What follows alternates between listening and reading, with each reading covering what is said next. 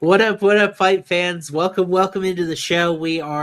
At least I am. I'm thrilled to be back on U.S. soil this weekend. It kind of feels a little bit different. The UFC summer schedule rolls on. May we got some big fight announcements earlier today, and of course, the whole reason you're here and the whole reason we have the show tonight is we're going to preview UFC Vegas 120 back at the Meta Apex this weekend from Las Vegas. We now have 12 fights on this card. More on that in a moment. But first, I got to bring in the man, the myth, the long shot legend himself, the guy who cuts all the checks at home of fight, Matty Betts, Matt Tanner, and I got to ask him a very important question. How you doing tonight, buddy? Bro, Arman Sarukian is not fighting for the belt. It's crazy. I totally thought so. I already know what side you're on. It's very obvious by your tweet. I will say one thing though. If Mauricio Rufi starts with Sarukian, bro, he's going straight for the belt. Yes, you're 100% right about that. Dude, and oh man, I like both guys so much, you know. I'm so excited for that fight. Like, I think it makes sense for Arman just because he's got the grappling advantage, and what's he going to sit around for however long for Justin Gaethje? Like, I think it's a good decision on his behalf. Yeah, absolutely. I totally agree with you. I think it's the right fight. I guess Charles Oliveira pulled out. Honestly, I don't think we needed to see Oliveira Sarukian too, like, frankly. So, like, I'm okay with the new fresh matchup. We got all sorts of different announcements. Dude, what about Rebellis Despain and Taito Ivasa is a crazy one for 331. I was texting Bam Bam today about it, bro. I was like, yeah. Stay at distance with this guy and strike. I said I should say home of fights Taito Ivasa. I texted him. I was like, bro, how funny would it be if you took him down? Like, Bam Bam. Can you imagine? Down every fight, and then he comes out and grapples up Rebellis Despain. That would be hilarious. Yeah, honestly, if Ty's cardio is on point, I could very well see myself betting Ty in that fight. It's a very Austin sort of thing to do. But Matty, I want to recap with you and ask you, how did UFC Belgrade, first card in Serbia, ton of first round finishes? How did it treat you last week? It was the hottest card ever on the prelims and the coldest card ever on the main. I don't think I hit a bet on the main card. Yeah, I go ahead. It was just downhill from there, bro. It was horrendous. Yeah, I understood. We had a lot of love in the chat as well last week for Jan Blachowicz. I get it, because Navajo, not the most proven guy. I love salty old dogs myself. I was just worried about the physical state.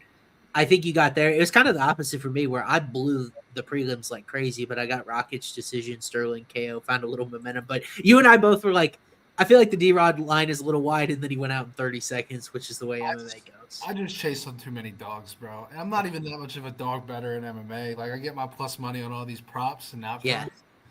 But, man, I just couldn't have been more wrong on some of these dog shots. Like, you were right on the Navajo-Sterling fight.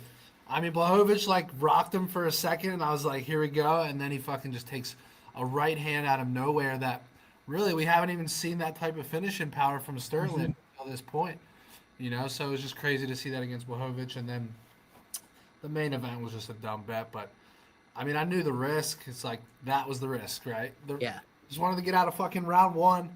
Like, what I don't understand is just the game plans and the coaching of these fighters. Like Bilal Muhammad did a breakdown video, and he's like, if you're Oris Medic, you want to do this. If you're Daniel Rodriguez, you want to do this. And when he's breaking down Daniel Rodriguez, it's like, bro, like, push him against the cage, make it dirty, grapple a little bit, get him tired, get out of round one, at least get out of the fucking first minute or two. Right. Goes through the game plan and like of the coach, and like, that's the risk, and you don't even try to do anything. You just brawl with the guy in the middle of the octagon. So I don't know. Do you think it's fair to say, I felt like even from the brief sample we got, it looked like D-Rod had been diminished a little bit by his layoff and everything like that? Of course. I mean, I knew the risk. It was stupid. Yeah. Well, one of the reasons you have me on this show is because I am a dog bettor. I'm the slimy value guy. Like, that's kind of what I do with UFC. And we're on a run where favorites have won, excluding sort of the pick-em fights. Like, we had one last week. Favorites have won 22 of the last 25 fights. So it's like, it's not a good time to be Austin. I basically pushed there as well. Yeah. But it's funny that I say that about underdogs, and then I'll show you guys what I got cooking for this card. We have 12 fights now. I have 6 model results, Matty. What do you think of this card in general? The main event, pretty good. The rest of it, definitely sort of apexy, right? Yeah, for sure. I'm not one to complain about cards though. I just like action, bro. Yes. There's almost something sentimental at this point about a slimy Apex card. And before I turn the page, I do want to mention we do have officially announced Carol Foro taking on TG Canuto, who was on the Ultimate Fighter this past season that's going on Paramount Plus right now. That fight was officially announced this week. We do not have a slide and a preview for it. And I don't really have a lot to say on either of those girls. I was impressed with Foro on the Contender Series. I did not watch Canuto on the Ultimate Fighter because I don't watch the Ultimate Fighter. So I don't have anything for you, but stay tuned. My prelim primer on Friday. I'll do some tape study and let you guys know. I forgot to talk about Urbina, bro. I should have Oh, on him, bro. dude, we should have clipped it because the first thing you snuffed out was Urbina 20-1 KO in the first round, and I talked you out of it. Dude, I'm such an idiot, bro. I don't hammer the under though. I did hammer it on a couple bookie portals, so right. I got some nice. I got a few big straight bets in. I ran although I had a horrible card on Hard Rock and Novig and everywhere, I made $9K on the bookie portal, so I was happy with that. Good. I mean, what's funny, dude? It's it was so. This guy says it perfectly. Is everyone all the YouTube peasants are always like Austin only bets dogs, Austin only does contrarian stuff, and then I'm on Chepo round 1 KO, and of course that's what ended up happening. And yeah. I was on Jacoby the week before. I picked my spots, guys. I try to make the best assumption I can, but we'll see how we do this week, including our first fight up that we're going to talk about. I know this is no longer the first fight on the card, but Juliana Miller taking on Ravenna Oliveira at women's flyweights. The first one we're going to talk about, Matty. Killer Juliana Miller feels so Apex to me, and this is actually a little bit of UFC history I got for you in this fight as well, Matty. But what do you think of Killer Miller? She's minus 290 in this spot against Oliveira, who doesn't have a win in UFC. Yeah, no, I think it's actually a good spot for Juliana Miller. I know it's low level. I think these odds are actually gone up already. Damn, minus 290. What's it right now? Yeah, I've got minus 290 as well. Okay, yeah, it's getting kind of crazy at this point, but I see minus 300 on Hard Rock. I kind of like there's a parlay piece of minus 240, 250, but I do think this is a good finish spot for Juliana Miller at plus money here. Oliveira's been subbed twice, knocked out once. So if you wanted to go the finish here, you get plus 115, but it's probably gonna be pretty ugly. So that's up to you guys if you want to take it. I was originally looking at the sub price here, but it's so low. It's plus 150. It's just so gross that we talked about this over text, Austin. The KO's 9-1 for some ground and pound here. Yeah. I kind of want to take it, bro. Yeah, I'm with you, bro. This is among, you'll find out as I'm doing Miller 2-3 is insane. It's interesting in this fight. I have a hard time deciding. I feel like a very early finish is on the table for Juliana. I also feel like a slow battering because Oliveira went to the third round with Stephanie Luciano. She went the full distance with Lisboa. So it's do I think she could survive? I haven't really determined a decision, but yeah, I like Juliana Miller here, which might be a kiss of death for the favorite. But when you look at these two's offensive identity, who's the only one that you feel good about can do something at a UFC level? It's Juliana Miller with her wrestling and her grappling at this point. I actually thought she overperformed a really tough matchup for her with Carly Judice in her last fight, man. Everyone thought she was going to get KO'd in that fight. Everyone thought she was just this lamb sent to slaughter, and she ended up having a pretty darn good performance to clinch and get to the end and survive.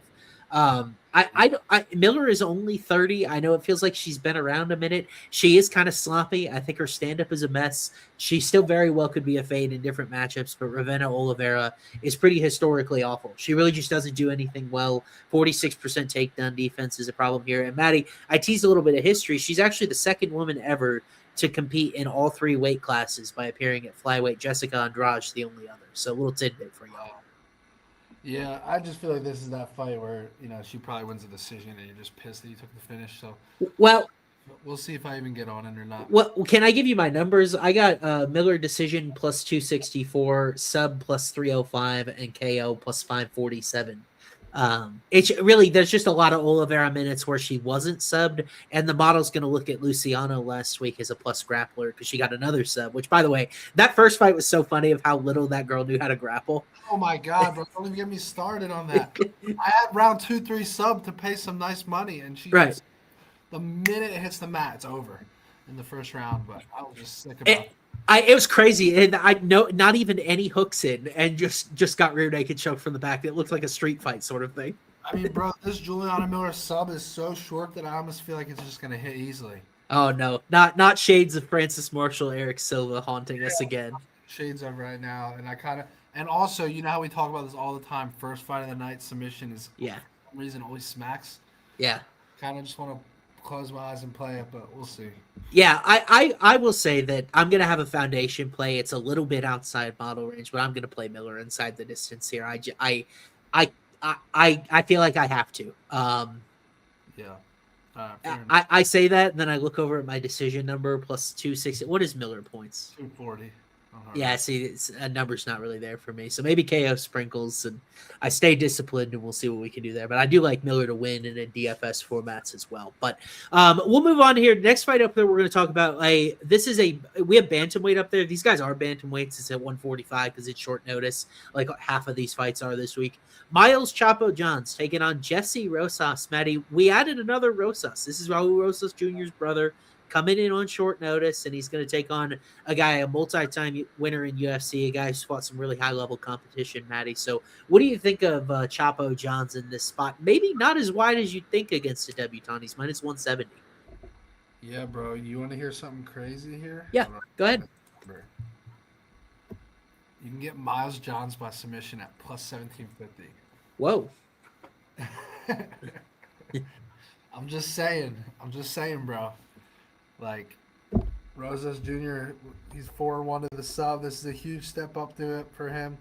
I've heard rumors he's nowhere near like what Raul is. I don't know. I haven't taped enough with him, but I just looked at that and I was like, damn, are we so sure here? It's interesting that you say, are we so sure as in like behind Johns or behind Rosas? Behind, I'm just saying, but based on the two sub prices, like, are we so sure that like Rose is just so superior? Oh, interesting. Yeah, I agree with that, dude. I think actually Rosas' striking is the best part of his game. It's kind of interesting. Yeah. Like I think Rosas is a really nice boxer. I was very impressed. He works the body well. He works well off of his jab. I feel like he varies his strikes as well. We got a great comment there, John Zella. I feels like Miles Johns could drag 85% of this division to an ugly split decision, right? And although we did get burned if you bet the over in the fight against Daniel Marcos, he was submitted, I think, in the second round in that fight. Comment. I love that comment. My sub is a lock. Yeah, I will say that Rosas has a pretty good rolling partner. He is training with his brother out in Las Vegas. I was impressed by his boxing. I understand why this line's not super wide because Johns just really doesn't separate in particular. But Rosas is the one of these debutantes that I really haven't felt compelled to get to the window at plus 130. I do kind of lean his way just because Johns is a tough guy to lay chalk with, but I really don't know how Rosas is going to translate. This is a much different level of competition. It wasn't LFA. I forget where he was fighting, but it was not a high-level promotion whatsoever. So, our guy Big Maple showing up Miles round 3 is winking at me. Bro, Miles Johns out-cardioing anybody would be a first, but it is at 145, which helps. Yeah, fair enough. Interesting. Minus 135, a good number. I see some Jonah Hill stuff. Jonah Hill, well, first of all, everyone always calls me Jonah Hill, but we talking about the BJJ stuff? Yeah. Oh, I see. Maybe we'll get him a Contender Series bid at some point. You could take this fight to end by sub or plus 350, bro. It's an option. Oh, do you have props and stuff on Hard Rock already for this guy? As I just chucked my phone across the way. So Rosas to win by sub is 400. I'm sure that'll be a popular bet. What's Rosas points? Plus 450. I actually really kind of like that number. I kind of lean over here. Yeah. John's decision is plus 135. That's by far the most likely outcome. Not even close. Nothing is south of 4-1 besides that number. I'm gonna look back because does a dominant, convincing Miles Johns decision win even exist? Because Silva de Andrade was sweaty, Cody Gibson was sweaty, Vince Morales. What'd you say? It's 2-2 on the scorecards, I think. Yeah, the Cole Smith fight back in the day was sweaty. Yeah, he's literally never won a decision convincingly. 9-2 on the scorecards. He's a lot. 60% of his wins are by decision. Yeah. I took a random sample of Rosas just to project kind of his volume at the UFC level. 17 significant strike attempts per minute. So that's really high. Like, I feel like he's a guy that puts a lot out there. Yeah. Smile split decision, Johns. I kind of I wonder what split does pay here. It kind of feels that way. Yeah. But it's a tough fight. I don't know if we've got a cycle leg here. I don't hate your sprinkle. I will say, last thing on the John sub, he's never had a submission attempt in UFC in how many appearances? 13. So but hey, you catch big on Armin Saryukin with that. So never say never, right? Who else was it that we took with that? Oh, Ankalaev. Price the Saryukin sub need to be to play it against Rufi. I gotta know. Now okay, so now the model's going to be cooking with gas on the sub after we got the hooker result. So we'll see. Johns is Miles Johns 5'9"? I think we pulled that from his Tinder profile. I've got 5'7" on the official ledger, but maybe we got it off Tinder. But it could be a buzzkill. I'm not going to bet Mauricio Rufy there. I am going to be a buzzkill if that's what you're talking about. All right, let's move on to this next one here. A crazy fun fight, Matty. I think it's like a sleeper for fight of the night at lightweight between Manuel Sosa. For sure. What'd you say? I think it definitely is fight of the night. Yeah, Richie Miranda taking on Manuel Sosa. We've seen Sosa now for a couple of UFC appearances. Former Bellator guy. Actually fought Archie Colgan. I watched that as Colgan tape last week before his unsuccessful PFL bid, and he's taking on Richie Miranda, an 11-fight LFA veteran. So these guys kind of regional folk heroes, Matty. What do you think about this matchup with them in UFC? Because I thought Sosa was going to be a guy that carried a big price going into his next fight.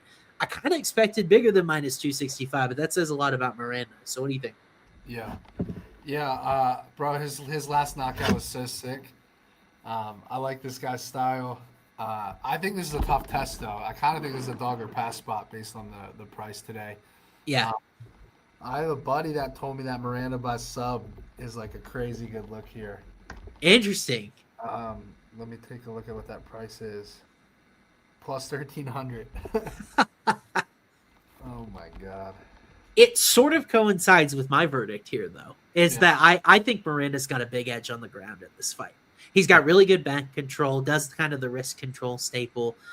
Like he absolutely, I think, is that sort of foundational style. And we saw Manuel Sosa get held down for 2 rounds on the Contender Series, and that's my fear for him. He got held down early against Balaji Oki, and then Oki got tired, and that set up that super highlight knockout. But Sosa wasn't really a huge power guy, like regionally. Like he's got some knockout stuff, but you know, he went a long time with between knockdowns in UFC. It's kind of been these late rallies, these late finishes. Richie Miranda's a dog, dude, and I think he's got great cardio. Trains out with Cub Swanson. Like I've really enjoyed watching his tape. This is a really tough matchup because your chin is going to get checked by a dude that is clearly on all sorts of good vitamins and minerals and things of that nature. But I agree with you. I think it's Miranda or pass, and it's slowly inching his way in odds markets this week. Yeah, bro. This is an insane one. I got a crazy 3-leg sub special coming. Is Miles Johns in there? Nah. Okay, good. When you told me he doesn't have a sub attempt, I'm like, fuck, dude. I mean, it's just different than the Saryukian one. Yeah. Well, there's 2 sides to the coin. There's the Saryukian one, and then remember what we got with Ankalaev where he didn't want to put his hooks in. So it's like, you think to yourself, the wrestling advantage could be there, the grappling advantage could be here. Now, I do know Richie Miranda's got some submission offense. He has 3 pro wins by sub. Bulldog choke in his last fight as well. All right, you ready for this? Yeah, what you got, bro? Juliana Miller submission plus 150. Richie Miranda sub plus 1,300. Gamrot versus Salakid ends by sub plus 220. Oh. Pays 111,000. What's the number for Gamrot Salakid? Plus 220 either way. Oh, I'll let you know. I'm almost there, bro. I would still stamp that. I couldn't believe Salakid's sub was shorter than Gamrot's, bro. That's Yeah. like, I feels like, I don't know. It feels like that could happen. I'm like picturing it now. Yeah. Well, it is so interesting, that fight and that matchup and the different factors at play. I don't want to spoil anything. We got a long way to go. Mic volume's low. Yeah, it's a little bit low, but I turned you up to try to combat that. Is it a little? Is it a little bit away from you? Is it right in front of you? No, it's right in front of me. Oh, okay. It doesn't sound like your new fancy one. I wonder if you got the right one. Go again. Is that better? Oh, I think that is a little bit better. That sounds good. All right. All right. All right. We'll move on here. We got some sloppy big boy fights coming up to end out the prelims. This one started here. Jose Montana taking on Louis Sutherland. Matty, Louis on the board. He got a decision win over Tai Tuivasa in a truly dreadful fight. I mean, one of the worst fights of the year when he took on Tai in Perth earlier this year. Now he's got to fight Jose Montana, who's a little bit of this unknown character. We haven't seen him a while in the regional scene. He was supposed to fight Jonathan Denise, pulls out of that fight. Like, I really don't know where we're getting with him. So it's basically like, are you willing to fade Louis Sutherland at chalk just based on what you see? So I guess I'll just ask you that question. I mean, to be honest, I like the last fight showed me Louis Sutherland will do whatever it takes to win a fight. You know. Sure. So I think that's a plus for him if you're back in the money line here. He doesn't have an ego. He focuses on the matchup, whatever he needs to do to get it done. I haven't taped this guy, so I really don't have an answer for you here, but I will say that about Sutherland here. I think he's probably a lower level heavyweight, but I don't think he's bottom of the barrel. Like, he can wrestle a little bit. He has a decent chin. He can strike. So I think it could be a decent play here. I got to tape the other guy a little bit more though. Yeah, it's not going to take long. I really had a hard time finding anything on Montana, dude. It's like you'll peruse through 4 of his 6 wins by submission. Yeah, appears to be at least a plus grappler for heavyweight. I think is a fair assessment because the bar is so low. Yeah. Oh, now we got an echo here. Sub price just to see though. What'd you say, Matty? Is mine not working now? Oh no, we just had a little bit of an echo, but it's gone now. We're good. All right. Yeah. I gotta look at this heavyweight sub price just to see now. Oh yeah, like I like my lean here is I just think that Sutherland is a guy that is not super comfortable doing what he did against Tai. It's just Tai doesn't offer any danger off his back. Like that's not his game. Like and frankly, Sutherland is such a big guy that when these heavyweights can get top position, sometimes they may not have the best stylistic control, but they're just so big that it's hard to get them off of you and get back to your feet, especially if you're a little bit tired. I really don't know what I'm getting with Montana, but I think the overall package is going to be fine against Southern. I just don't know how you lay chalk with Louis when he's a guy that when we've seen him in PFL, Bellator, UFC, not really any sort of notable power. I don't feel confident the wrestling translates outside the Tai Tuivasa matchup. And then he got chinned very quickly by Pericic. I know Pericic is like a really nice prospect and everything like that. And then the Walter fight, what are you even going to do with? Because he just doesn't know how to defend the game. Right, bro. I just don't even, that's not even comparable to this. Like, I don't really take anything from that. I will say, so Jose by subs plus 300. It's the second shortest outcome. And then you have Sutherland KO plus 200. Yeah.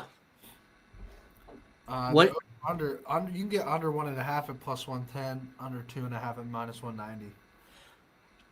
I gotta pay. What did you just say? Montana sub is plus 300.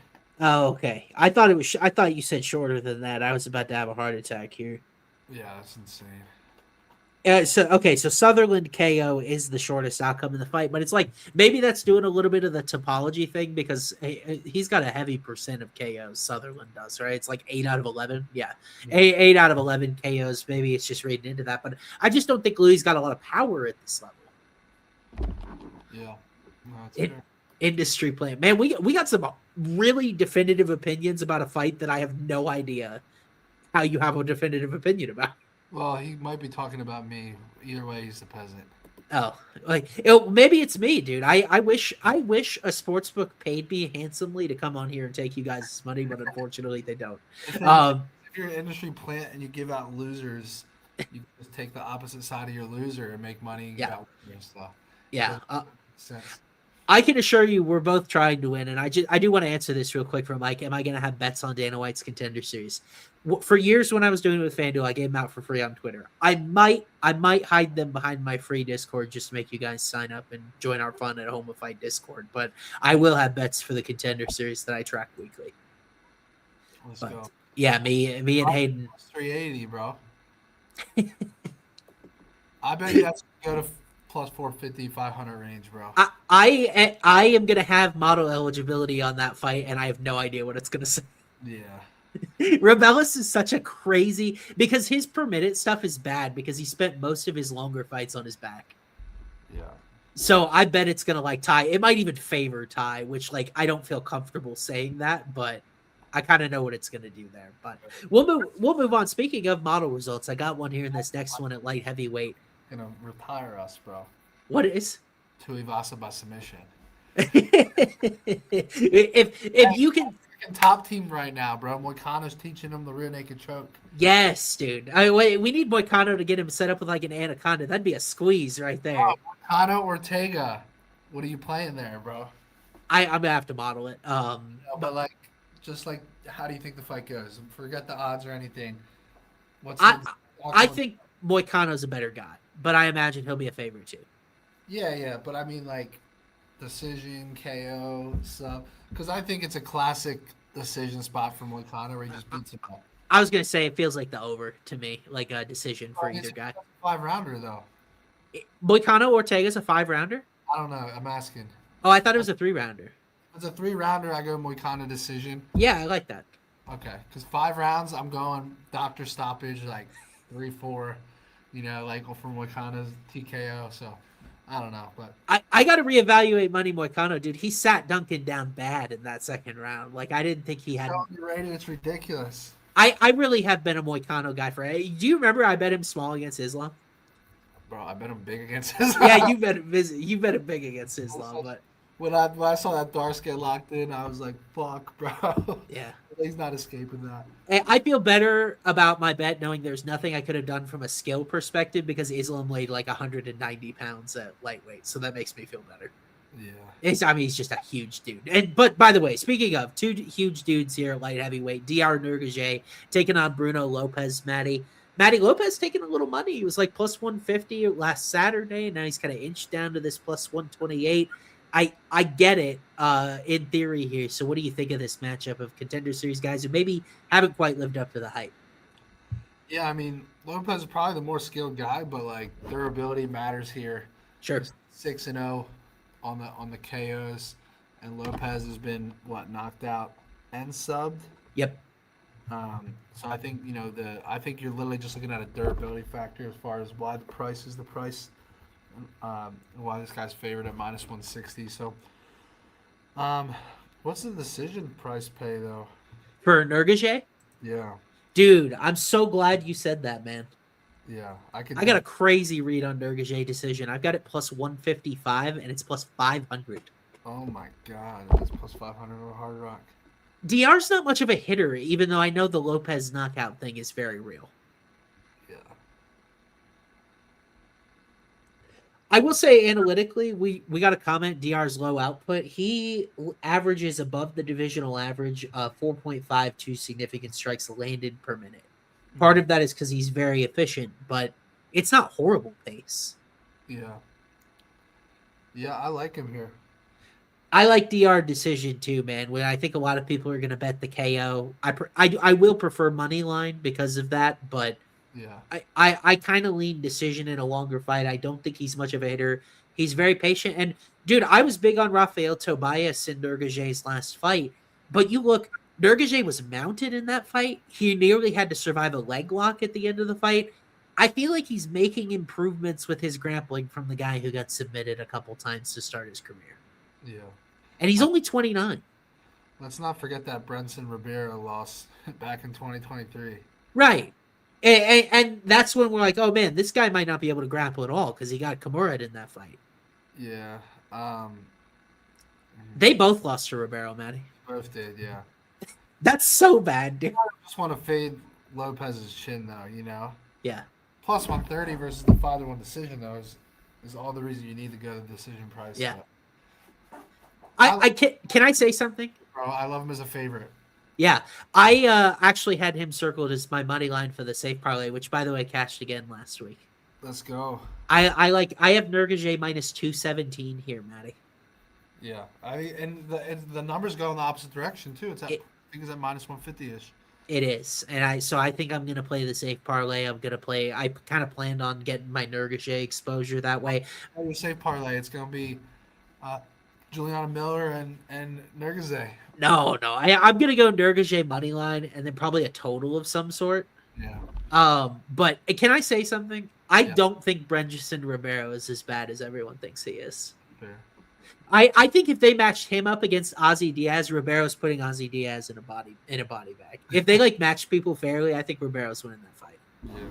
Did they even cut Romero yet, or are they going to use him to prop up someone else? I don't think they did.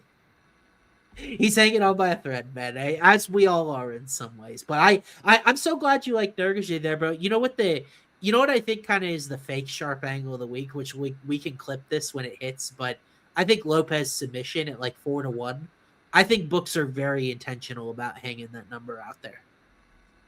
Yeah, it's fair. Because that's how Nurkic always loses. That's the concern with him. Lopez has a bunch of regional submissions, but he hasn't yet authored one in UFC. And it's okay, how much better of a grappler is Navajo Sterling than Nurkic? You know what I mean? Yeah. I don't think Navajo Sterling's BJJ is exactly elite, and he was not able to do anything with him on the ground or able. The biggest thing is Lopez hasn't been able to get anyone down because his takedown accuracy is just 21%. It's very low. Yeah. And a lot of cage push against Magomed Gajiasulov. Easy for me to say. Is my volume still low, bro? I think so. I mean, we're getting a lot of reports from that, but I can hear you. How's it now? Sounds the same. Okay. It's turned all the way up. I don't understand. Yeah. We do have you all the way up. Yeah. Hold on. Let's see if I can.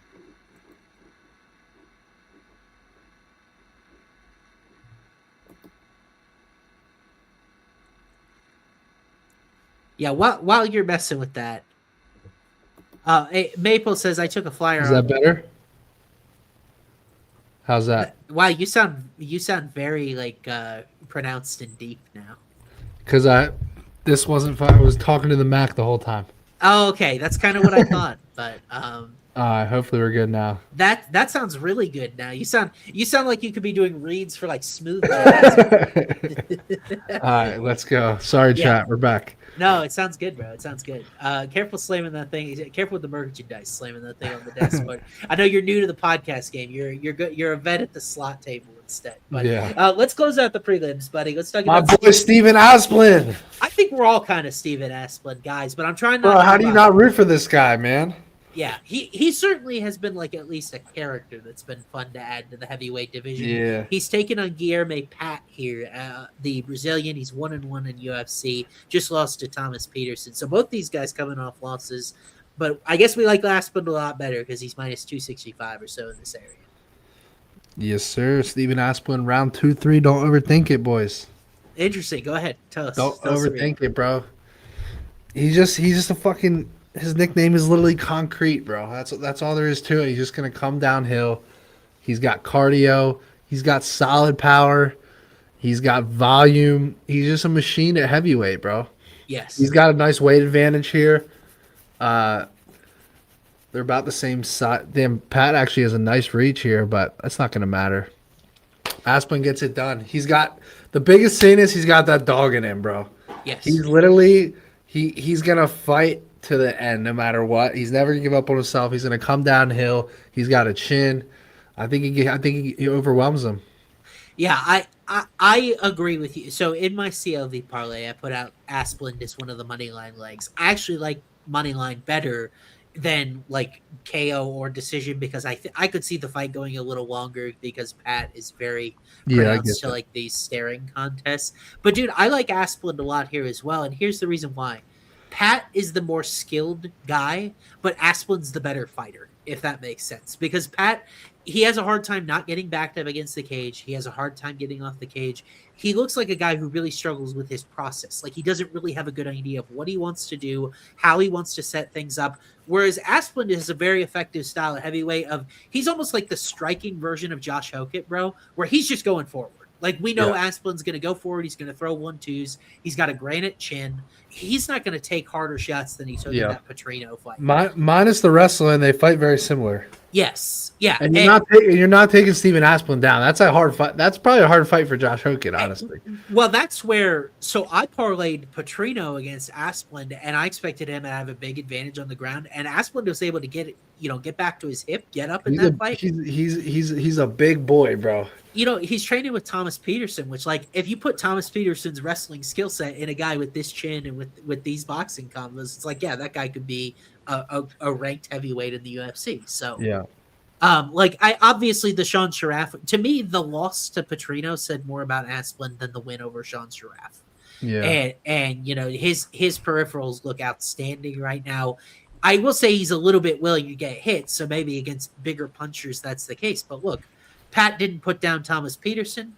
Pat didn't put down AJ Fry, who we know absolutely nothing about. AJ Fry could be a total can. I think at this point, Asplund is the guy that he's going to put triple the numbers out there and find a way to get his hand raised. Yeah. I mean, I think he can go on your safe parlay this week.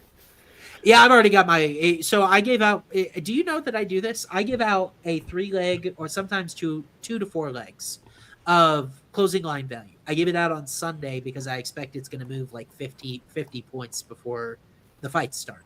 Yeah. So this week I gave out Asplund, Alexa Tainara sort of to spoil the lead there, as well as Yadier Devalle because he was still in the minus 600 range. And it's already down. I got it at plus 120. It's already down to like even money. So yeah.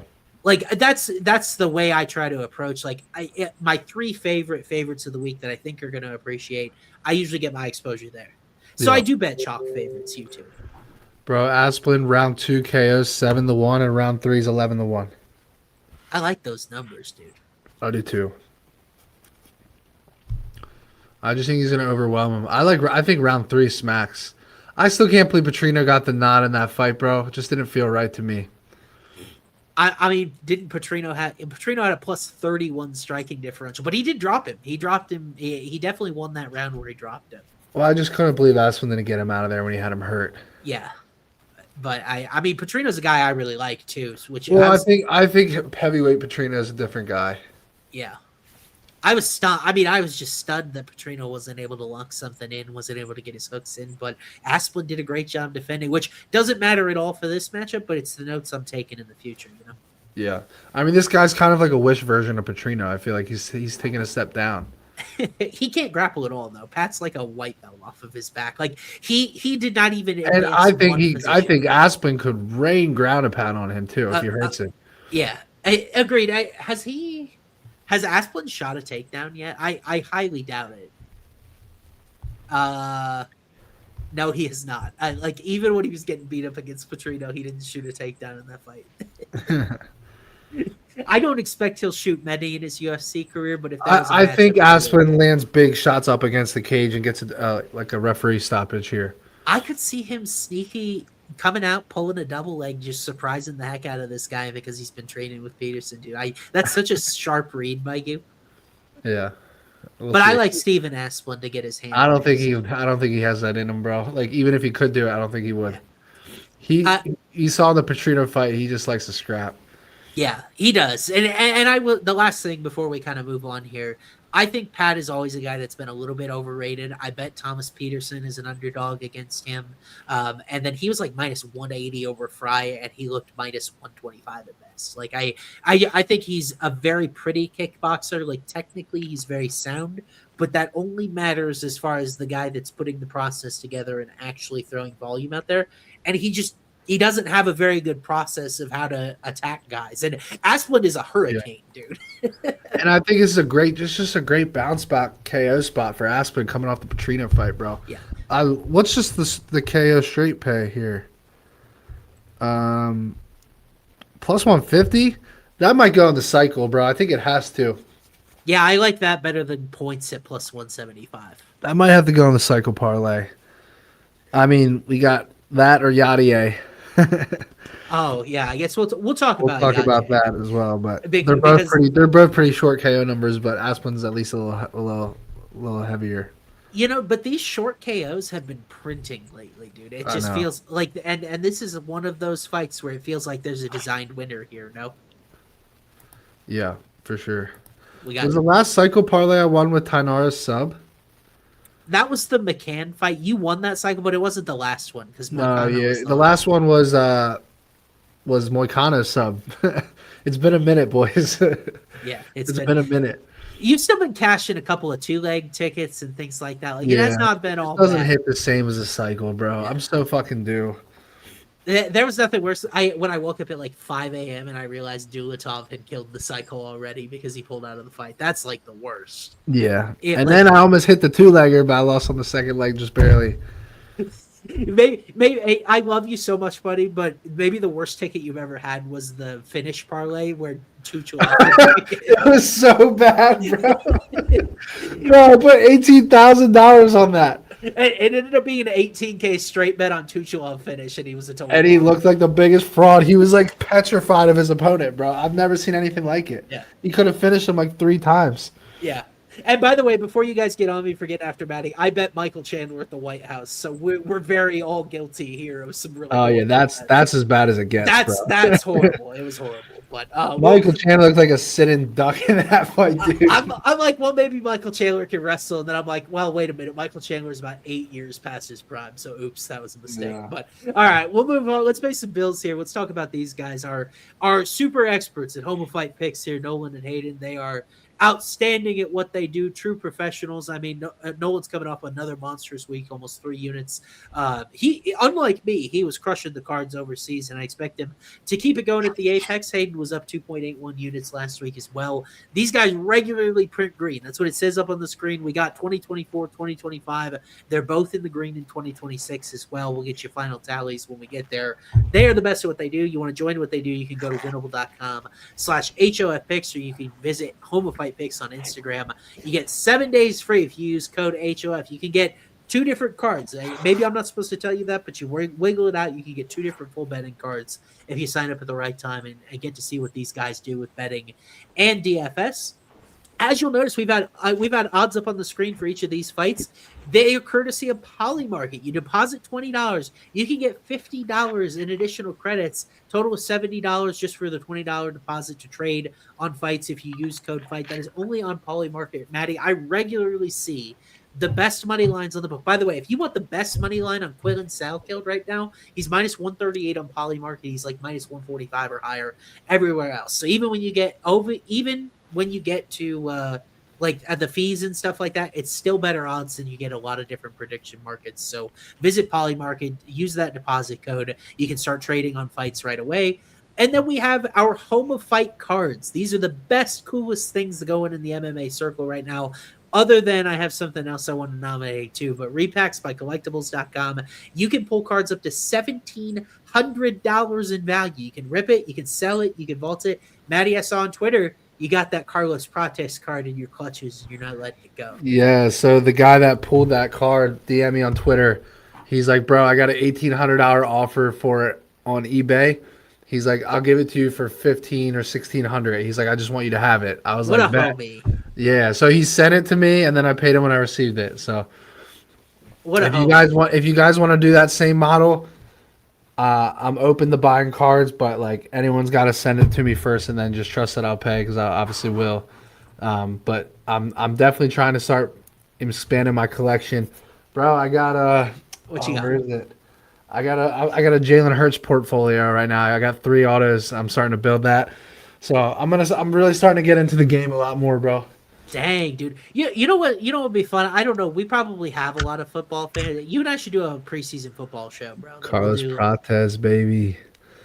Bro, once he has the belt, beautiful. This shit's gonna be worth at least 10 bands in a few years. Maddie, I'm gonna get to bet Carlos Prates with you if they match him up with Eros Medic, as everyone's talking. I just about. can't wait to take Carlos Prates by KO over Islam Makhachev, bro. Dude. It's free money. Can you imagine if he is the one to free us from this Dagestani prison? He will be. I promise you. Yeah.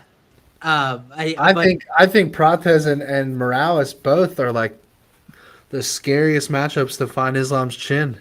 right, and we Just with and we that will reach, see. bro. The reach and the power. We'll see next week. Ian Gary's crafty. He's obviously outmanned, but we'll see what he has. I agree with putting that up there. Alan Nascimento, rest in peace. So, our thoughts are with him and his training partners. That's Hey, such a sad story. if you're gonna put laughing emojis next to Jalen Hurts' name, make sure to put Super Bowl champ next to it as well. Things getting fun for the Eagles. I know they moved off AJ Brown, but they got a nice Bro, buy Devontae Smith right now. I'm telling you. Makai Lemon's my dude. Like when I was doing draft stuff, so I really like they got him too.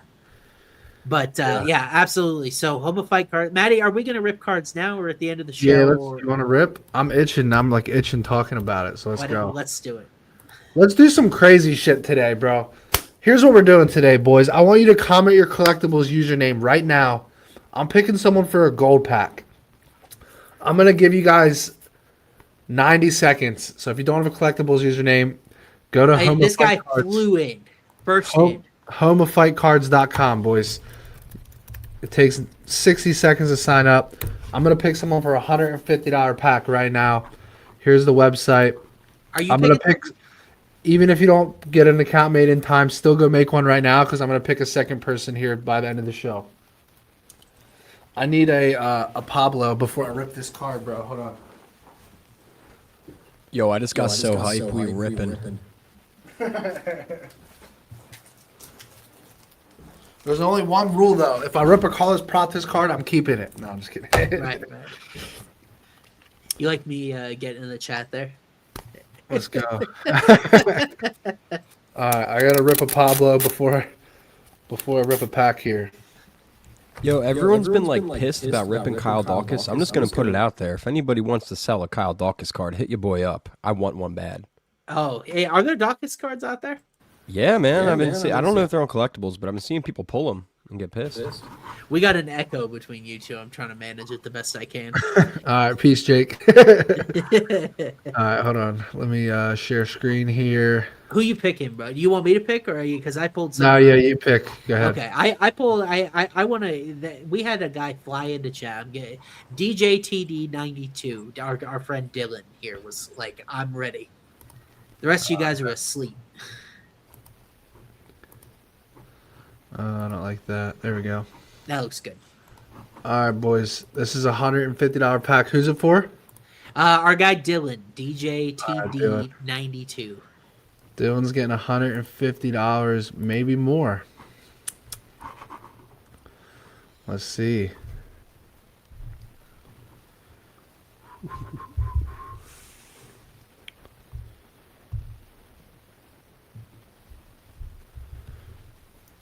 Patience is a virtue.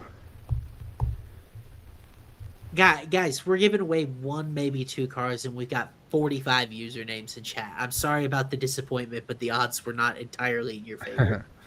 It's like a cycle parlay odds. Yeah.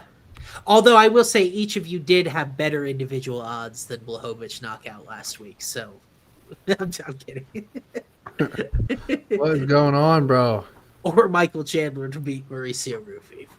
There we go. Here we go. All sometimes when we're doing StreamYard, man, sometimes it's not the site. It just StreamYard takes up so many resources. Yeah.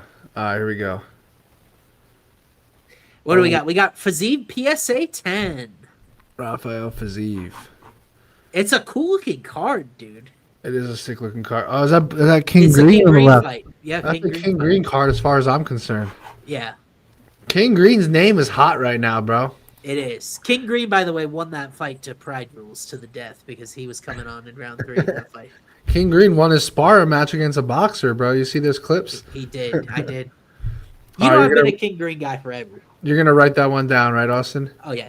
I'm ripping myself a card real quick. I'm going to be selfish. It's your money. You can do whatever you want. But we are going to rip another user a $60 card here at the end of the show. Yeah, we'll rip some more cards. You guys are so quick to flip on this, man, because you're asking, is Navajo Sterling next up at light heavyweight? A week ago, you guys told me he was a fraud. Yeah. It was an impressive performance for sure, though. I was not expecting that, bro. I knew there was a world Navajo could win a unanimous decision, but I did not expect that whatsoever. Yeah, it was a little crazy. Come on. Oh, it's loading right here. I do appreciate you guys that get in here with the super chats, but I've told you before we can't do a super chat to cut the line because then it's like a coupon code where you get a $60 card for $2 just for jumping in front of everyone. So we try to spread the love, guys. I apologize about that, but the whole point is you can rip these cards yourself, man. You pop in 150, you could have $1,700 sitting right there of a Carlos Prates card that you can sign and sell and ship to Matty. So I want to rip a Tom Aspinall. I was telling my fiance that the other, like Aspinall's the guy I'd want. I still want this Dana White Holloway card. That's the real chase card. We got to restock some sick chase cards. I think we're gonna be doing that in the next few weeks, bro. I'm gonna go crazy. Someone got the Dana card, didn't they? Oh no, I'm sorry. It's the gold pack is the chase on it. 4,700. Yeah. There we go. Oh, I bought two, dude. I bought two of them. Oh well.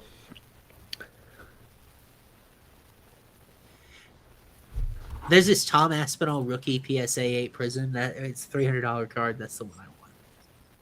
Kyler Phillips, $90 card. I'm dipping that. I'm ditching that, bro. Could have sent it to me, bro. No, you could. You want it? I it's too late now.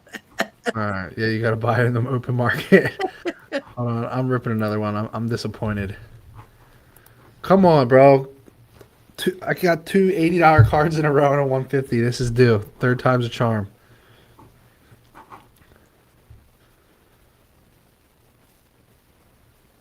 Oh! Oh, man. That's a Bro! big. Let's go! Wow, that's a big hit. That's a sick card, dude. John Jones, PSA 8, worth 367. Bro, I'm going to ship that and get that shit regraded, bro. I got to get that up to a 9. That's so sick. Solid hit, it says. Dude, that's a sick card. Hold on. I had to screenshot that. If we had a way of scripting these cards, how did I end up with Matt Frivola? That's crazy. I gotta put this in Telegram. Collectibles.com manages all of this, guys. It's Home Fight partners with this, but they're the ones that manage the inventory. It's totally random. You can pull stuff. We have our team and our guys pull nice cards all the time. John Anik was pulling cards a few weeks ago. They couldn't hit for a while, so it's all luck of the draw. Just like a lot of things. All right, boys, let's get back to the show here. Oh, apparently, Hey Jive got a different John Jones card, $400, but it was a PSA 10, so it was a different card. But that's a nice card, dude. That's a sick card. But definitely, make sure to check out repacks by collectibles.com. There we are, back to our normal show layout here, and we're up onto the main card. I almost forgot we had a card to preview here. Ty Miller moves from the It's not the same exact card, boys. They're two different cards, two different values. One of them's a PSA 8, one of them's a PSA 10. If you go so I guess the graded doesn't even add that much. And if you remember, by the way, we pulled Conor McGregor cards back to back on this show the week of his fight. I have 5 Conor McGregor cards in my vault right now. So there's a lot of Conor representation. It's already signed, bro. It's already signed. Yeah, it is signed. That's why it's so valuable. But moving forward here, we got a welterweight battle. Ty Miller kicked off the Paramount Plus era. Now he's going to try to keep his winning streak going against Billy Ray Goff, Matty, a guy we haven't seen in a couple of years. Like last we saw him, he was getting choked out by Ramiz Brahimaj. Pretty wide line. Ty Miller encroaching minus 400 here, Matty. So what do you think of this matchup for him against Billy Ray? I like Ty Miller by decision here, plus 190. Oh, interesting. What? Tell me the read here. I just think he boxes him up, but I don't think he gets him out of there. Interesting. Yeah. I mean, boxing him up makes a lot of sense. Ty Miller is a guy that he's got outstanding offensive boxing. His reach at welterweight's crazy. It's like, 78 inches or something like that. I will say I went into this week. I went into this fight. I went into a tape study, and I was like, okay, Ty Miller's a guy that he's probably just going to jab his face off, and I think he's going to win the decision. But when I watched back that Ty Miller fight against Adam Pugy, he certainly was a little bit more hittable than I remember. And he got a great shot to end that fight in the first round. But Both guys were starting to slow down. It was a frantic pace. I will say, if he hasn't, really improved his power, his ability to sit down on punches, and Billy Ray Goff is not a guy that goes away easily. Like he got front joked like crazy. That choke by Brahimaj put him to sleep. It was violent, but I love Brahimaj, by the way. Yeah, and Brahimaj, by the way, beat. He has been surging since that fight. He beat Vanderford, right? Yep. He got Vanderford with the same with a front choke. And Goff is just a guy that doesn't have a lot of experience, right? And like he is more of he'll war and he'll make it dirty and he'll make it ugly, but he's the type of guy that I think you want to lay plus 250, plus 270 with, because he's just going to fight for your money to the end. He hasn't been dropped in UFC yet. Like, I think you get a really dirigible package. So it's interesting to me that you like the over. I think a lot of people like a Miller knockout here, if I had to guess.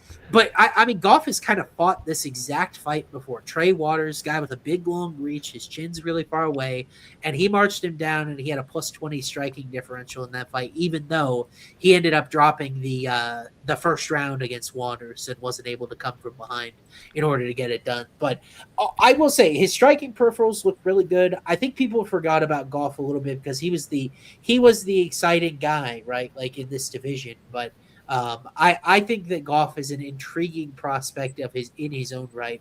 And I think he should be favored here. Now, my guy Big Maple, he's always checking me. He was dropped on the Contender Series by Shimon Smotrisky. Easy for me to say, and it's been a few years since I've seen his name. But I still think Billy's a dog, man, that can really make this fight dirty. Yeah, big size difference here. It's a good comment by the chat. Size and reach advantage for Ty Miller. I would take plus 190 on either option here. The KO is plus 125. I think plus 190 where the value is on the scorecards. Yeah. I don't know how realistic the wrestling angle is for Billy Ray. He's been really bad at wrestling so far, just 16% takedown accuracy, but he's had a lot of these matchups where it's like, what does Ty Miller do a lot in preparation for fights? He defends takedowns because guys are going to try to take him down because of his boxing, because of his frame. I don't know if Goff is going to be able to wrestle with much success here. I would certainly favor Ty Miller here, but I think the line is getting very, very wide. Yep, for sure. All righty. Let's move forward here. Let's talk about this next one up. We're a little bit out of order, but that's okay. Yeah, we're a little bit. That's okay. We'll talk about this one next year. We got Darren Elkins taking on Yadier Del Valle. Matty, what a weird matchup this is. Yadier Del Valle coming off a loss to Jordan Levitt, and now he's taking on Darren Elkins, who what Darren confirmed today will be his retirement fight. So he's 42. He's walking away. He's setting the gloves down. That's usually not a great position to be in, so maybe that's why Del Valle is almost minus 800 here. What do you think about Yadier coming off that really pathetic I'm taking loss? the finish at minus 220 here because I am scared. We were texting about this, but I do like the KO plus 105, but I am scared he gets a club and sub here. He grabs the neck. Yeah. But I do love this finish. This is one I would maybe hammer. Like I would put like 20K to win 10K on it, bro. If he doesn't finish him, I will be absolutely shocked. I know he's seen Jordan Levitt grapple him up, but I actually like that. I feel like that was a good wake-up call for him. He's probably trained, his defensive grappling a ton now. Yeah. I think this is an easy finish, late round one, maybe early round two. Yeah. I completely agree with you, man.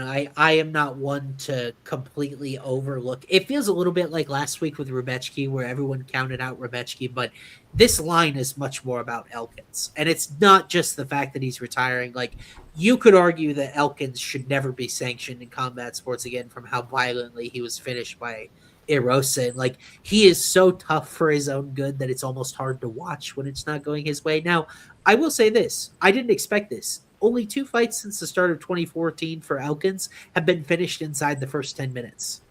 Only 2 of them. So he's a guy that typically has length. I think this might be a spot, bro, where I got to break out my patented 5-minute sweat. We got it again last week with I tried it with Michael Oliveira. It did not work. So, by the way, that guy is a monster. But I think, God, dude, that dude is a future champ. Yeah. He's unbelievable, but I don't think Del Valle is certainly that sort of prospect. And look, I agree with that. He's not really a hitter. He doesn't have any knockdowns in UFC yet. He certainly has had a tendency to jump on guys' necks instead, 2 submission attempts per 15 minutes. Matty, I like the Del Valle sub here at plus 270. I've got it. Let's see what I've got. I've got it. Elkins historically doesn't really give up those submissions though, but at this stage of his career, I think he's been subbed once. But yeah, and we don't know any sort of validity about the Bulgarian results. If it was real, that would be a great result for Yadier Del Valle. But certainly, and I think there is some hostility toward Del Valle because of him being the positive side in that fight, and it didn't really mean anything. But even if you just throw out of the sample, he's a decent prospect off the Contender Series, an athletic guy. And look, Elkins is turbo washed, so it's like I could see this fight being longer than necessary, but. For sure. I like Del Valle. I think the sub rather than the short knockout price, but I think if you want to play it safe, it is one of those spots where you said Del Valle finishes like minus 220. Yeah. it's a little short, but like Elkins is pretty durable. I'd really have to think about it because I could see Elkins surviving 3 rounds here in Del Valle's guard. Fair enough. God, it's one of those things where it's like you see a minus 800 money line and you don't think that there's any value there. This is the dumbest comment I've ever seen. Jordan Levitt's never even been knocked out. Right. That's the dumbest, but oh well. There's some venom. There's some bias here, you know? Yeah. I don't get it. I agree. The sub might be a smart read, bro. We'll see. But I know, guys, that like only Oliveira has subbed Darren Elkins, but guys, he's 42 in a young man's division. Did you say you're headed to use the restroom? Yes. Yeah. You give me a breakdown in the next fight. Okay. I'll be real quick because I don't have anyone that can rip a card here right now. I'll be right back. Oh, perfect. I'm going to break this down, and then Maddie's not allowed to overrule my opinion, which works even better because I was really stunned with my result in this next one. We got Alexia Tainara taking on Amanda Lemos. Tainara is a very intriguing prospect. You think, well, maybe there's not a lot of consequence to this fight, right? But then you think to yourself, okay, well, Jillian Robertson just faulted herself to a title shot with a win over Amanda Lemos. Can Tainara do the same thing? And it does some of this dominance that she's had at a lower level of competition translate to someone like Amanda Lemos? And I'll be interested to hear what Maddie says about this fight because historically we've both been willing to accept Lemos in some of these positions. She did turn back Yasmin Lucinda, who was much smaller, not quite as strong in this sort of position before. But at the same time, I feel like Alexa Tainara is someone that has been so dominant that when I see these sort of peripherals on a fighter, I think she's someone that is like a very identifiable sort of like very special person. She's been in control of at least 67% of each of her 3 official UFC starts so far. Model thinks she's really due for submission regression because of 1.8 attempts per 15 minutes, yet she's only submitted McCann. I actually saw this shot a couple of times. I really don't mind it at all. Alexia Tainara minus 3.5. I'm interested to see what it is here. Let me check that out because that's kind of it kind of gets rid of your worries. It's like, okay, well, she takes her down 3 times, she wins 30-27, or I know where I'm going to go. I'm going to head to DraftKings, which probably has it up since it's on the main card here. Up there it was first thing. And where to go? Sometimes I don't. Okay, it's plus 100. I never would have expected that, but I guess she is only minus 265. But I got to tell you guys, I already knew when I was coming to this, I'm going to play Alexa sub here. I've got plus 166. I've got decision plus 307. I know Lemos has only been submitted a couple of times. It was Jandy Hoba, and then it was kind of a fluky thing with Jessica Andrade. But Tainara has been someone that's been so dominant. She's had these top positions, and you look at some of the other ladies she's fought, like a Bruna Brazil, maybe less so a little bit for me, but they've been sort of hard to sub. I think Lemos Maddie might be a little bit vulnerable as Alexa continues to grow through this development window to a submission. What do you think about this matchup? Bro, Alexia has probably been one of the most profitable women's MMA fighters for me outside of Dakota Ditcheva. Right. I've made so much money on her. But I think as she's just fighting higher level fighters, we've seen that she's just not able to get those subs. This is at the Apex, so like I think like a unanimous decision here for her makes more sense to me. I just don't know that I could chase the sub in this spot, bro. I mean, Lemos has survived against Tatiana Suarez, and then who was one of the more recent higher level fighters? Jillian Robertson. Jillian Robertson. Yeah. It's just hard for me to get there on Tainara subbing her when Jillian couldn't and Suarez couldn't. So I actually think Tainara might get tagged in this fight too and then grapple her way out of it. But I think she wins 29-28 here.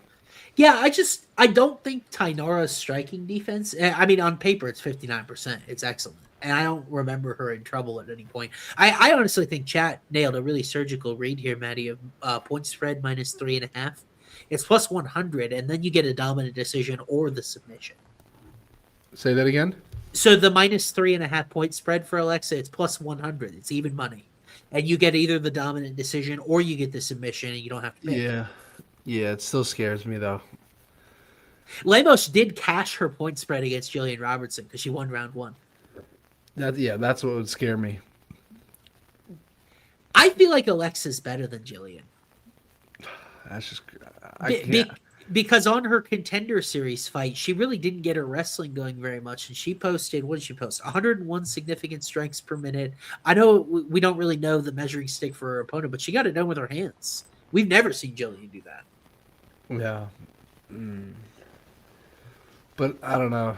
I'm not ready to say she's as good as Jillian, but I do think she's good. She's very physical. It's just tough. This is just a big step up, I think. Yeah. 2-3 sub. Final answer. It would not be the last time I donate to women's MMA violence. What kind of sub would you think she would get here? Like a rear naked choke? That's the problem. Is I just don't see her. I don't see her getting it if Lemos is arm triangle. Arm triangle. You know what I could see is an arm bar. Yeah, I mean that's how Jandy Hoba got Lemos. Right. That's how. Yeah, it was a round 2 arm bar. If I bet point spread, please don't roll for an arm bar because you know Lemos is reversing that position and throwing bombs from top position. I can see her right now, her hair flopping in the wind as she's just throwing everything she has into ground and pound. Yeah, I'm not ready to count Amanda Lemos out, bro. This is a tough fight for me. I actually think the odds are a little bit wide. I really would like to see the last few fun fights we have remaining of Amanda Lemos with her not facing girls that are just going to take her down and lay on her. Yeah. Like, I don't know what they're doing with the matchmaking with her because I really wish that we got more fun matchups for her. But Tainara is a lot of fun. We'll see if she handles the step up. You mentioned you used the D word with me. She's been profitable for you like Dakota Ditcheva. Did you have decision at 11-1 last week against Denise Kiel? That was the first bet I've ever lost on Dakota Ditcheva in my What'd you life. bet? What do you think? The KO? Yeah. Did they even have it? I had the under 1.5, which I knew was in hindsight was stupid. But I think Dakota she was on a decent layoff, and I don't know. She just didn't really get going coming downhill enough. Like she wasn't aggressive enough when she had her up against the cage. But it is what it is. But I made so much on Dakota. Do you know the meme of like the overly muscular white guy and black guy like clasping hands? That's you and I betting Ditcheva against Liz Carmouche at a ridiculous price in her next fight because she's going to be so undervalued in that fight. And I'm telling you, I promise Carmouche is turbo washed, and I don't care that she's submitted Vivi. And I think Ditcheva's going to knock her out, dude. Yeah, it's a good bounce back KO spot. And she's going to be like minus 180, and you and I will be locking in arms and betting her there. All right, let's move on. We got a fun co-main event here. Billy Quarantillo taking on Diego Ferreira in a battle. These guys are veteran scrappers, bro. It's like one of those fights I never would have envisioned ever happening, but now that it is, it's kind of fun. So we'll look into this one together here. We got Diego Ferreira minus 185 against old Billy Q making his lightweight debut, Matty. What do you think about this weight shift for Billy? Does he have anything left in the tank? And what does this fight look like?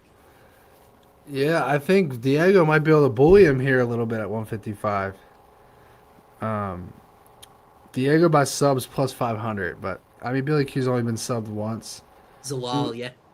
Yeah, and that was Zalal. I mean, Zalal showed how nice his submission game is when he subbed Josh Emmett that quickly. So I'm not ready to take that flyer on Diego sub here, but I do think he's a decent favorite.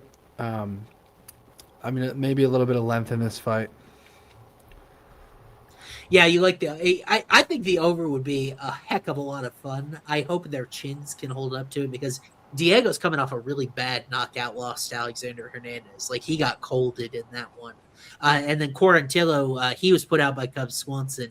Yeah. This was a long time ago. This was like December of 24. So big Yeah. layoff for Billy. You get scared with these older guys when they take the big layoff and now he's coming back in weight. Like, is he just showing up for a check? Like, that's a little bit scary. Yeah. But I think if Billy Q is anything close to his prime, anything close to what we got to know with Billy Q, I think as long as his chin holds up here, I kind of like him as an underdog, dude. I feel like he's going to put significantly more volume out there. Ferreira's a guy that's had a little bit of a fragile chin, not always the best cardio, especially as he's aged into his 40s. And Billy's a pace monster, dude. He will continue to throw out there. It sort of has got him in trouble that he's all gas, no brakes, not really a lot of defensive fundamentals. But I think Billy can put numbers out there. I like his decision prop here. I've got it plus 398. I imagine it's pretty high since he's the dog. Billy points is plus 700, dude. And I don't see where he finishes Ferreira other than maybe catching him on the chin, but he was never the most powerful guy at featherweight and is now moving up. I may not even have to bet Billy's money line here because I love that points number. That's a great number. I'll be honest. That's a really great number. Because I think it's how he wins, you know? Yeah. No, I think it's definitely his win path. Diego by KO is plus 240. That's actually the most likely outcome of the fight. Oh, so it's one of those deep prop markets. Yeah. My most 260 for Billy Q KO, 240 for Diego KO. And then Diego decisions plus 325. I'm going to have value on fight end sub, I'm sure, because I've got it plus 391. Wow. But, like, I think most of that would be Diego, like, in actuality. But my most likely outcome is Ferreira points plus 317. Then I've got Billy points plus 398, Billy KO plus 429, and then Diego KO plus 500. So I'm pretty evenly split, too. Yeah, I mean, do you think Diego's kind of fell off a cliff? Because, like, he had two nice wins, Michael Johnson and then Rebecci. And then it's just the Alexander Hernandez knockout I don't love, bro. Yeah. And there's just a lot of time in between these appearances. Yeah, you can almost throw the Grant Dawson fight away because he was controlled for 12 minutes in that fight or so. Yeah. Like that's what Grant Dawson does to everybody, seemingly. So it's like I don't really take too much from that, and he didn't take a lot of damage in that fight, but yeah, it is an interesting one. I definitely lean the over, and I think if we get all 15, I feel pretty good about Billy. Mm-hmm. But I just can't wait to see how I'm going to be sad because then my model will have gotten it kind of wrong if Ferreira is just able to get his back pretty quickly and submit it. But Billy's been a really hard guy to do that to historically. Yeah. In pretty difficult matchups. For sure. What a random co-main event, by the way. It's so random. It's honestly pretty poor co-main. What do we do with the winner of this fight? Like, what do we do with them? Because they're just going to get in position to be colded again, and I don't want to see that. Yeah. All right, buddy. You ready to talk about the main event? Let's do it.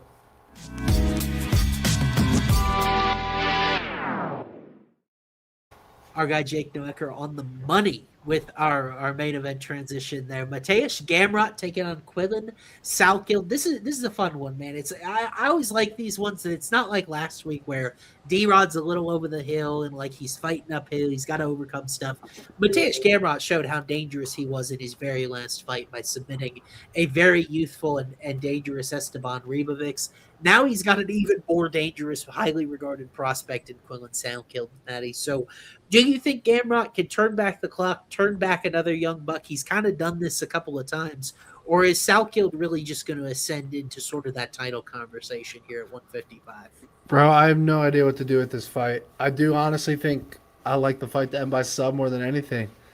Just because we got 5 rounds for it to happen. Yeah. And it's like the odds makers are like telling us something. The fact that the Quillen sub shorter than the Gamrot sub. Yeah. And, Gamrot's not, like, he's been dropped, but he I don't think he's ever been knocked out, right? Gamrot, has he been KO'd? I don't think he's ever been KO'd, so it's like, I think the sub either way here at plus 220, I think could make sense. I can see Gamrot getting hurt too and getting put away by a choke or something. Yeah. And then Gamrot's really improved his submission grappling, I think, over the last like 2 or 3 years. Yeah, I mean, he was in this no man's land where UFC was telling him you cannot just wrestle. Like you can't. Like if you Yeah. want to be entertaining, you gotta have some sort of more entertaining aspect with the finishes, and he turned that up against Revovics. But I gotta say, I think I watched the Quillen Salkild fight back again with Yanal Ashmuz. Salkild is a guy that is very willing to engage in the clinch if you challenge him here.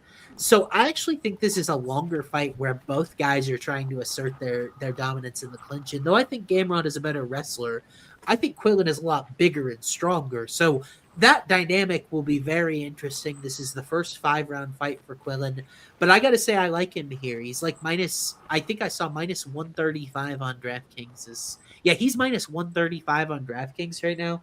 I've got him minus 148. I might go bet him right when we get off the show here and put him in the Discord there, but I think that his size is a big factor when you think Gamrot's going to take him down.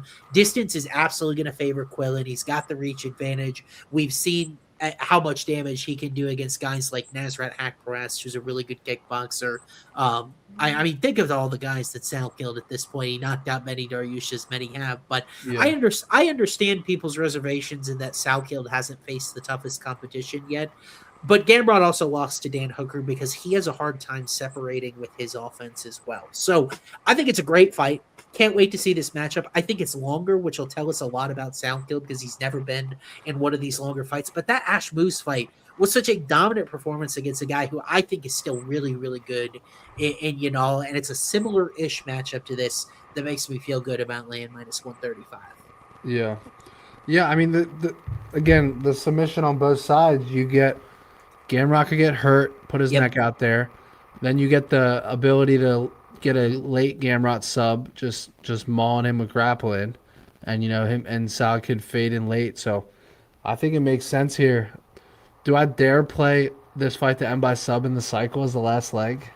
It could be electric. I've got it plus 289, so I'm just a little bit behind. Off, yeah. Most of that is Gamrot, though. I've only got Mateusz 10-1 because he just has not had a very high volume of attempts over his whole career. But I think he's starting to trend that way, Right. So, that's one of those things as I use my model, I would give it a little bit of leniency because I know history is trending that way. And Salak got that sub quickly on Jamie Malarkey. He did.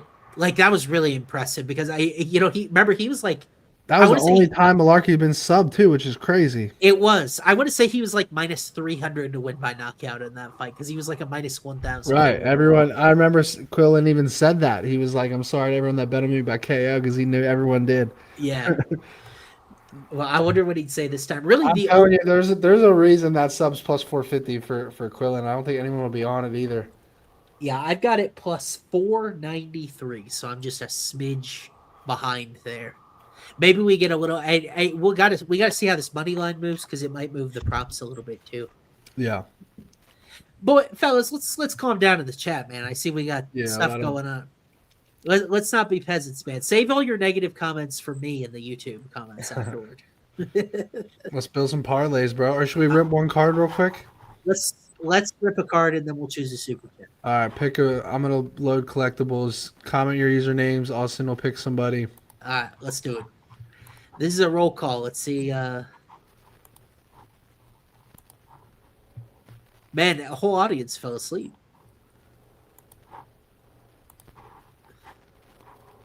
All right, here we go. FCS4. He's right in there. He leapt in there. Which way do I think the line will move in that fight? Salkild right now is actually trending. It's moving toward Gamrot. So Salkild's number's coming down a little bit. Yeah. All right, thank you, Matty. I was going to move that. All right, Mr. FCS44, who also asked that question, we got you $60 pack coming your way as soon as it loads. Am I the only one who thinks Salkild smokes it? Well, Gamrot's a hard guy to beat convincingly. Oliveira did it, but he's got the best BJJ in the division. And it's like, do you feel, Matty, I think plus 450 is a good number for Quillen, but Gamrot's still a really hard guy to sub. You would acknowledge such at plus 450, right? Yeah, for sure. But it's about the number that you're playing there. Yeah, I mean, he's got. I think you'd have to hurt him for sure. Why? What the fuck just happened, bro? Matty, you got any opinions on Battle and Rasta in PFL? Oh, I think Brian Battle's gonna knock him out, dude. Oh wow, I like Rasta by points in that fight. Yeah, I It just looks- think that. I think Ross is just so reckless. That's the type of fight that Battle just wins by chinning him. Like, I think they both find each other's chin, and Battle just holds up. Interesting. I don't see any odds in front of me right now, so I'll kind of have to dig. I it out. assume Battle's the underdog. No, Battle's a minus 125 favorite. Really? Even after coming off that round one submission loss to Johnny Eblin? That surprised me how easy Johnny made that look. Yeah, I mean Johnny Eblin's been on a tear though. Like Yeah, but you usually don't get people out of there like that quick. Like that was. I think that was just bad preparation on Brian Battle's end. Johnny's out there training at Extreme Control with Sean Strickland. That guy's a monster now. Yeah, no, he is. That crazy to add to his wrestling and his grappling. Yeah. Hey, how about that? Yeah, Jake, well done. Brian Battle interview on Homo Fights YouTube. Well done on the plug there. All right, guys, we bought 2 packs, so maybe we'll rip a second one. We'll see. Here we go.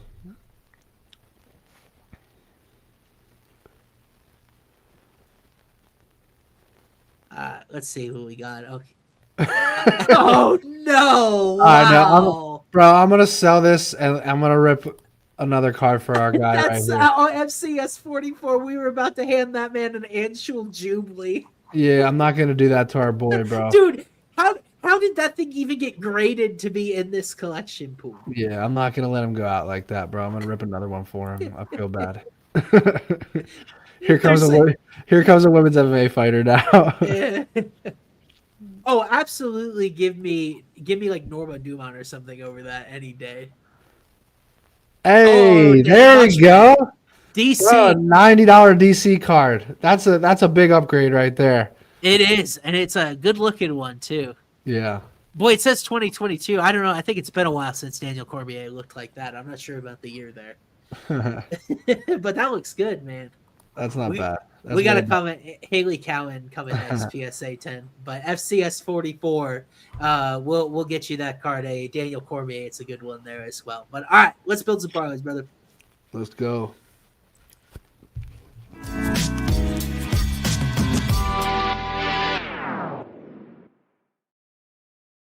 Okay, buddy, we're gonna go through and shockingly, the Urbina D-Rod Yan KO parlay last week.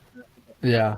Sorry, with $100 you put on that down the drain, but yeah, be careful with those. All right, let's take a look at some of these super chats we got in We here. pulled John Jones and John's son. That's crazy. We did pull John Jones and DC on the same show. Maybe it is scripted. Maybe it is the Matrix. All right. First one up from our guy Armin Grigorian, Juliana Miller, sub Manuel Sosa KO, Guillermo Pat decision. No, I'm out on that, bro. I don't like legs 2 or 3. Okay, he says IGBBMN since you didn't. I don't know what that means, but I guess It's gonna be good. Yeah, It's gonna be bad. big maple bets in here. Tainara sub, Ty Miller KO, and Nurgaje Lopez goes the distance. I like that look, 31-1 for. I'm out on that, bro. Which leg do you not like the Tainara sub? All of them. Okay, all right, sounds like a plan. I actually like your fundamentals there. Matty, congrats on winning big in your new house. Thank you, Mike Mike. in there.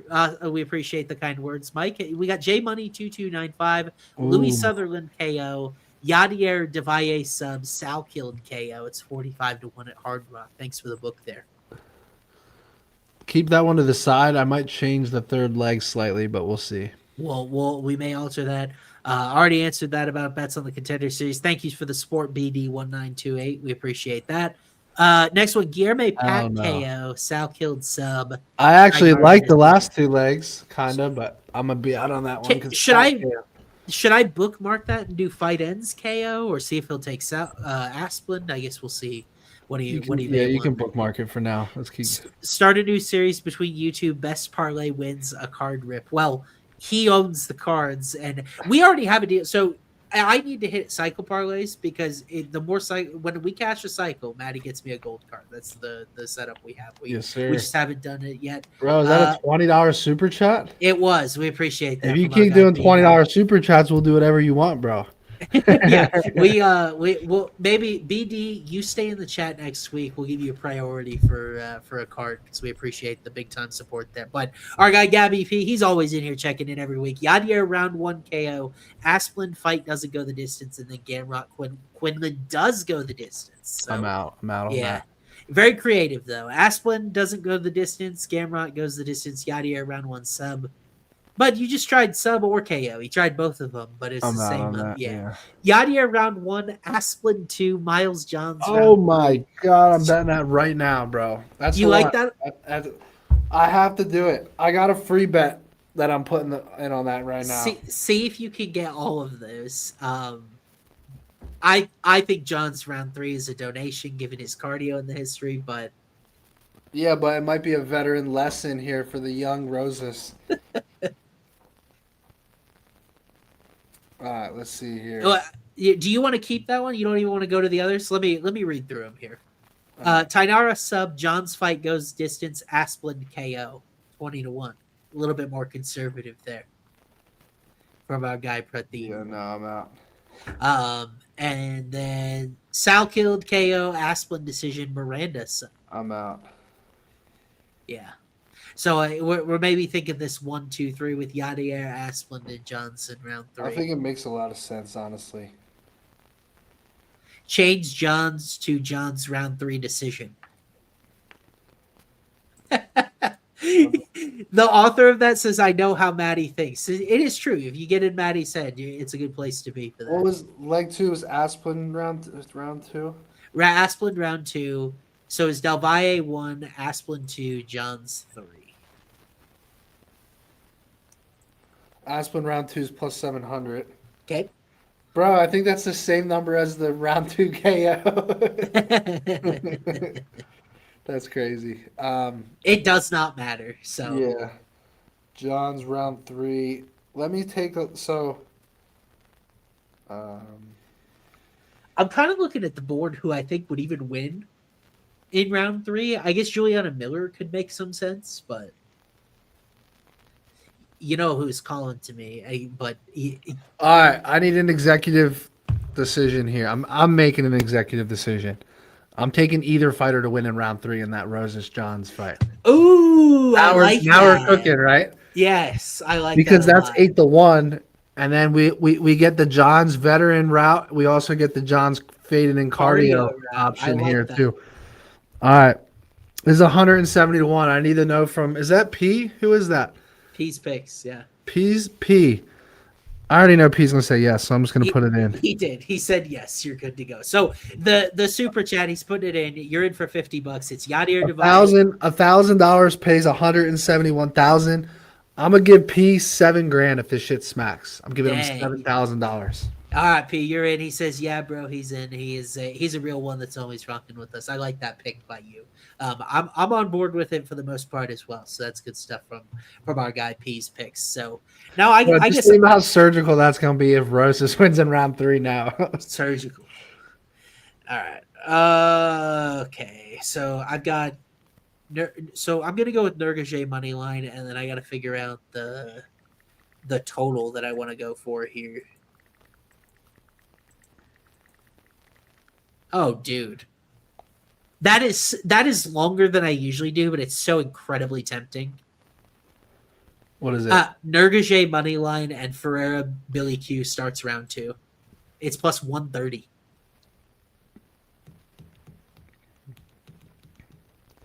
I'm gonna be honest that I just scare you a little. That Billy Q fight is so volatile. Yeah, it just saying that out loud right now scared me as well. Yeah. So I gotta figure out something else to do here. You know what? I really like length in the main event. Let's see what we got for this guy here.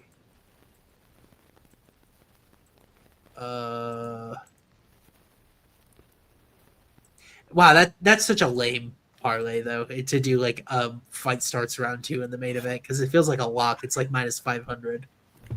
That's so lame. I don't have a lot of props up on this book yet that I usually build on. You said that we got a few totals and stuff up at Hard Rock. Yeah. All right, let's see. So what is Nergage on Hard Rock here?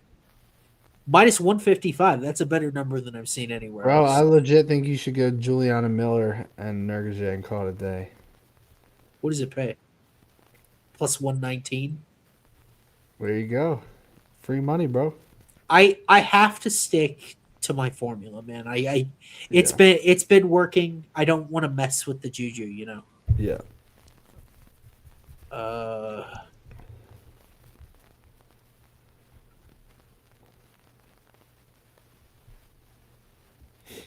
That the Salkill total is scary too, though. Johnstown. What do we got? What is this one with Miranda and Sosa here? Wow, that's a little surprising.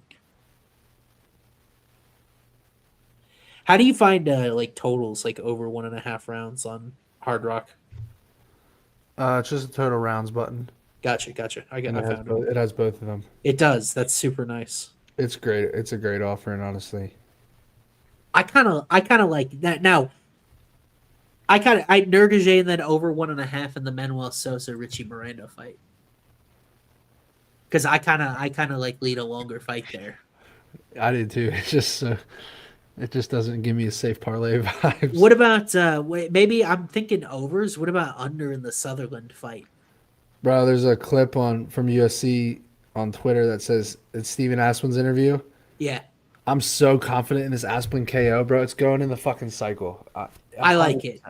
I really do. I love this guy, bro. I think he's so dialed after that Petrino loss.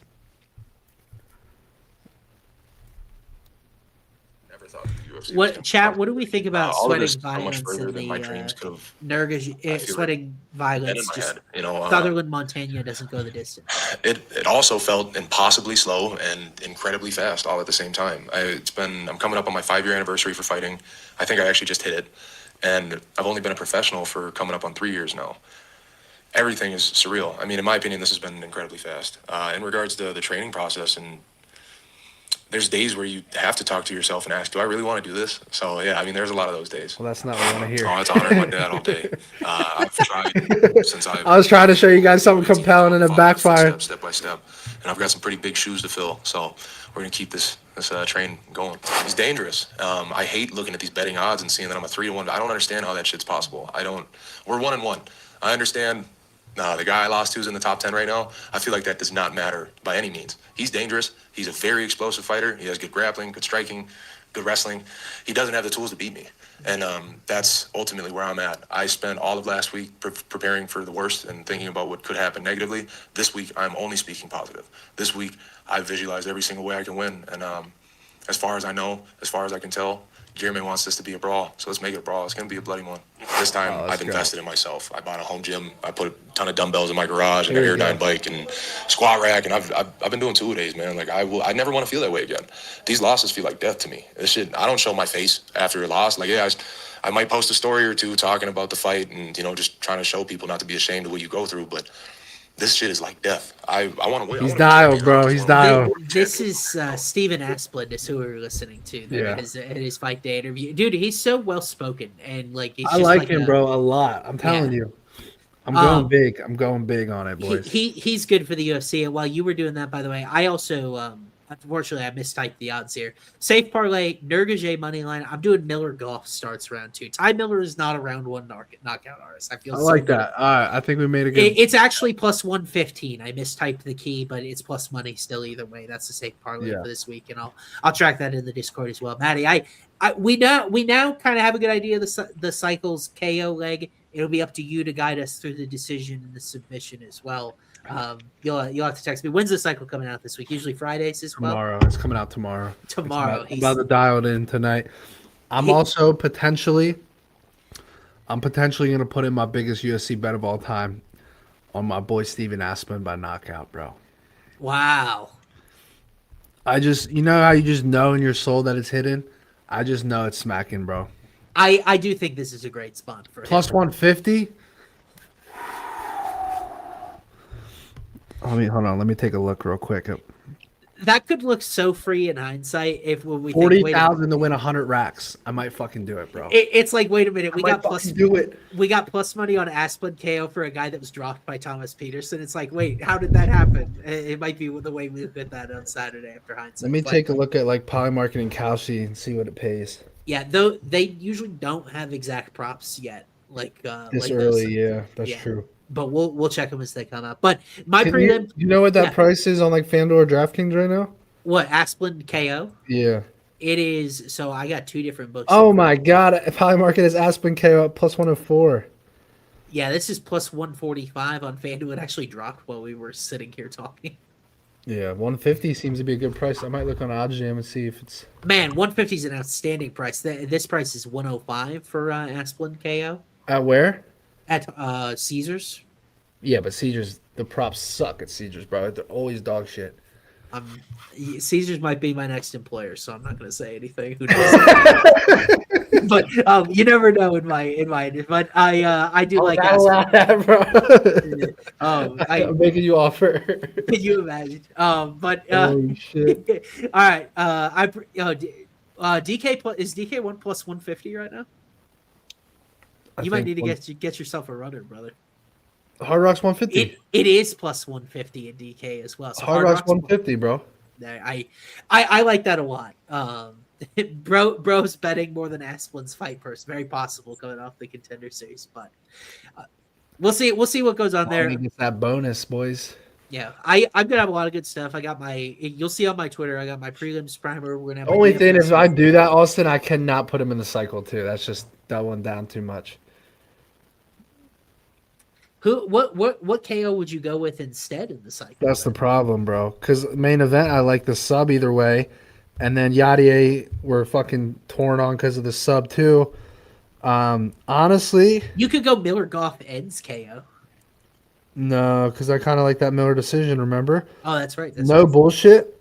I might genuinely take Nurzagay instead of decision for him. Plus 130 in the KO. Why is it so short, bro? It's hidden. It's because Lopez's chin has been. I know his chin is dust. Some people like Sutherland in the chat as well. Yeah, Sutherland's an option. We'll see. I mean, I could still put it in the cycle, bro. Just double down. When have I not doubled down in my life? I mean, you did so. McAuliffe, right? McAuliffe sub you had double exposure to back in the day. Yeah. Why couldn't he snatch them? That was next. All right. But we'll have plenty of big wins and bad beats for you next week. It is a big one next week when we come back next Wednesday.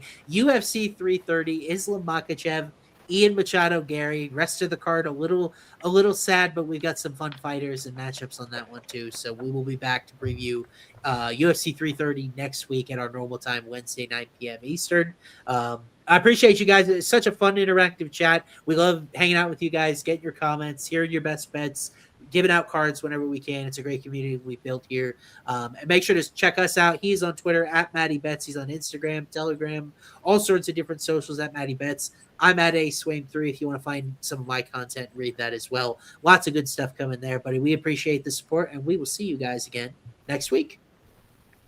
Let's go.